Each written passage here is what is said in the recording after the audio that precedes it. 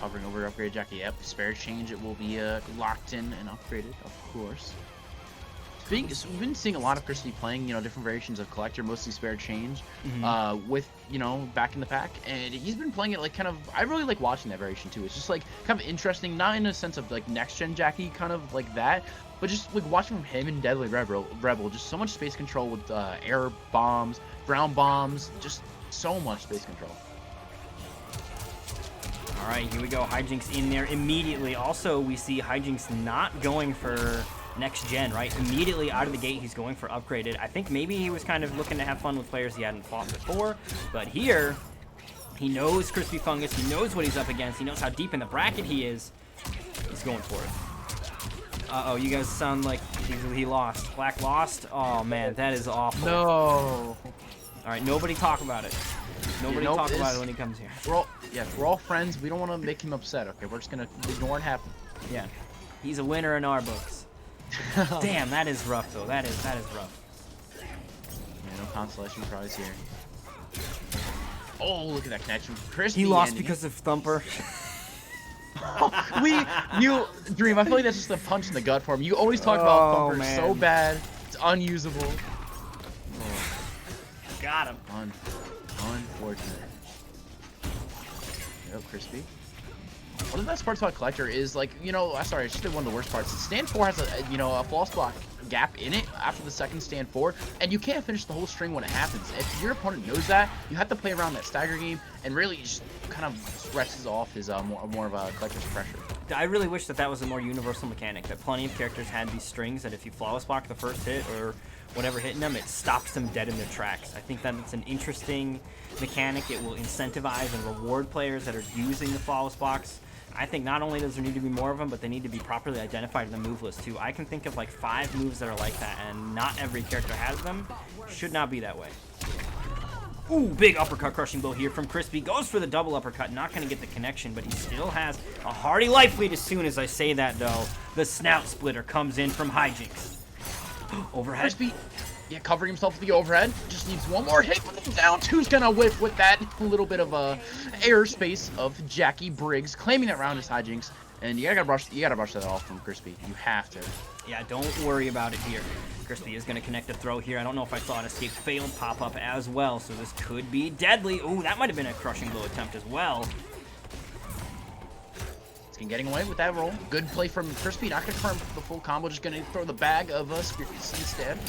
This time going to get full confirmed, but the breakaway is apparent for Hijinx, making him not be able to leap. Wow, interrupted the dash punch. Duck the dash punch. Oh no, no follow-up though. Hijinx doesn't have any defensive meter though. If Crispy just keeps swinging at him, he'll be able to do it. The Show Tell Fury from the Knock Not In will take game 1. Yep, the first game will go to Krispifungus with this Spirit Change Collector. Plays from him have been really good. Honestly, I like space control and being able to kind of. You saw the very end, like he's trying to go down 3, down 1, just going under the dash punch to be kind of get it out of the way.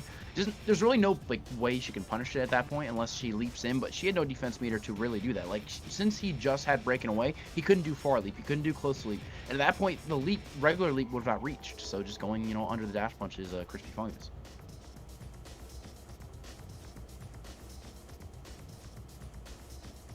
Alright, here we go, game 2. Hijinx, I don't think we'll be seeing a character swap from Hijinx. I mean, his bread and butter is absolutely upgraded, although he is flirting with the idea of maybe busting out the next gen. Now hovering over upgraded, though. What will be the final choice? Upgraded it is, seems like. Stick with what works. Nothing wrong with that.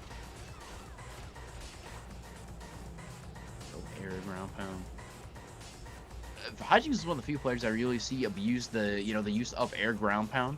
It's just it's a low. It comes out super fast. You never see it coming because it's such high risk, low reward. But since it never comes out, you always get hit by it as the opponents. Yeah, definitely is getting a lot of use of that because, the ground pound, so many players are worried about all the overheads that she has coming from the sky that you can definitely sneak it in there, and Hijinx is one of the best users of that. A couple of players we've seen have kind of caught on to it, and the problem with the ground pound is it not only does it give up her turn, but it is incredibly punishable on block. So it has cost Hijinx a few times, but he still goes back to that well, looking to see if he can get some success.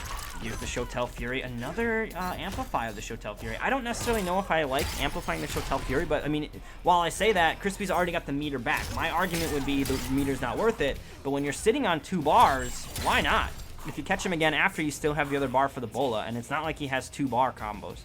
And honestly, like with the spare change, like, you know, variation, spending that 1 bar and having enough time to really throw away like bags of like the soul bags or whatever, throw it on the ground. You honestly have so much space control, you can get that bar back before you get close to the opponent sometimes. Real good launcher down to conversion into the vial, so you're just sitting there losing more health and the anti-air for Krispifungus. More vials once again. That stand for just anti-airing at that range, going perfectly in that range, and Hijinx finally going over it. Not gonna get the get more pressure, more upgraded pressure.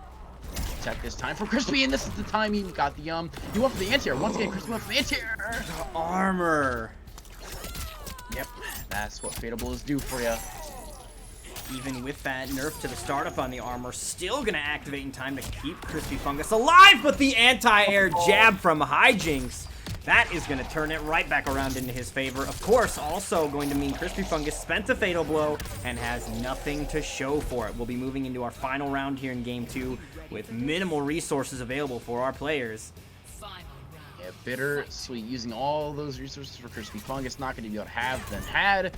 Hijinx kind of having those spent very well. Throwing more projectiles, get him out of the air. I like how Crispy's trying to anti-air, you know, Hijinx multiple times. The thing is, Hijinx kind of caught on. He's like, okay, you're gonna do it this time. I'm gonna try and bait you to do so, and then leap over it so I can get the punish. There's Frosty Reed, switching the sides even. Was that the bar? Also, Crispy right there is trying to go for maybe an anti-breakaway setup where if you break away, you're still in that vial. You still take damage no matter what, even if you don't break away or break away. Another throw doing so much more damage. Just needs one more throw, one more connection for Hijinx. Oh, gets knocked out of the sky. Crispy isn't able to confirm. Oh no, there's no defensive meter. Crispy's got it. He's gonna get the launcher here. Why didn't he launch? All right, whatever. Doesn't matter. He still got the kill. Krispifungus takes game 2. Yes, and you're already up 2-0 is Crispy. Variation making its definitely it's making its work. And like a big part about also you're losing from Variation 1 is that mid command grab. That 50-50 kind of mix where I might do mid command grab, I might do my regular mid. The thing is, no matter what, Crispy still has a double throw crushing blow in this variation also. You don't really see him using throws that often, like right in this kind of match currently, but he still has double throw crushing blows on like every single variation. He doesn't need the mid command grab to get big damage from throws. Yeah, and just the threat of that threat of maybe not feeling comfortable teching throws, getting mixed up by throwing in and out of the corner, that threat just looming as its own thing is really dangerous. And the other thing too is characters that have one throw crushing blow, once you get the escape failed, you're able to kind of know, okay, well the next throw is going to be the back throw. I mean, that's Cabal, that's Aaron Black, that's a lot of characters that have a singular throw crushing blow, but access to 2 of them is a whole different game, because that makes every throw basically a bit of a mix-up. I've met a couple players that it is almost impossible to get away with it on, but it's definitely a common occurrence here. See there, another anti-air from Crispy. Like I said, he's trying to get, you know, her out of the skies, trying to make sure that, you know, he thinks about jumping in the sky, but the Hijinx just needs to make that adjustment as he did last game. He got him again. There's the breakaway coming out. I really like Krispifungus's anti-air attempt. So he's just swinging that mace. It's actually catching her on her walk-in as well right there. But the use of that, I think that's standing 4, maybe it's standing 3. Whatever it is, the use of that move to kind of control the airspace. He's also canceling it into the bola so that he can get the damage follow-up. So good, and it feels like it's something that he's prepared specifically with Jackie in mind. He's dealt with this character enough, he's sick of it, and he's got answers to bring to the table here. And so far, starting to run away with it as he's now up 2-0 on the final round here for him if he can secure this last bit of health.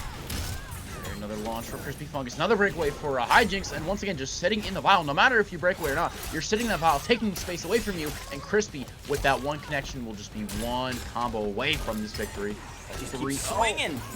Uh-oh, get out of the fire. Get out of the fire. Okay, he's out of the fire, but he's about to jump right back into it, and Crispy set up a new carpet of flame, and Hijinx is going to land right in it. He will now fall into the loser's side of the bracket after that. Crispy taking it with a clean 3-0. Yeah, taking a page for Alf Suno's book. Just when you're in low life situation, no matter what, jump in the sky, put that globe below you, and just watch them burn in anger. Yeah, absolutely. I mean, it's a really, really good tool that he has access to. It's just like some of the other characters like Aaron Black's Acid, Jackie Briggs' Plasma. The access to burn your opponent with this unblockable damage is something that you don't see a ton of just because it's kind of a rarity in the toolkit, but when you do see it, it is super exciting and ends up kind of catching people in ways that sometimes they're just not ready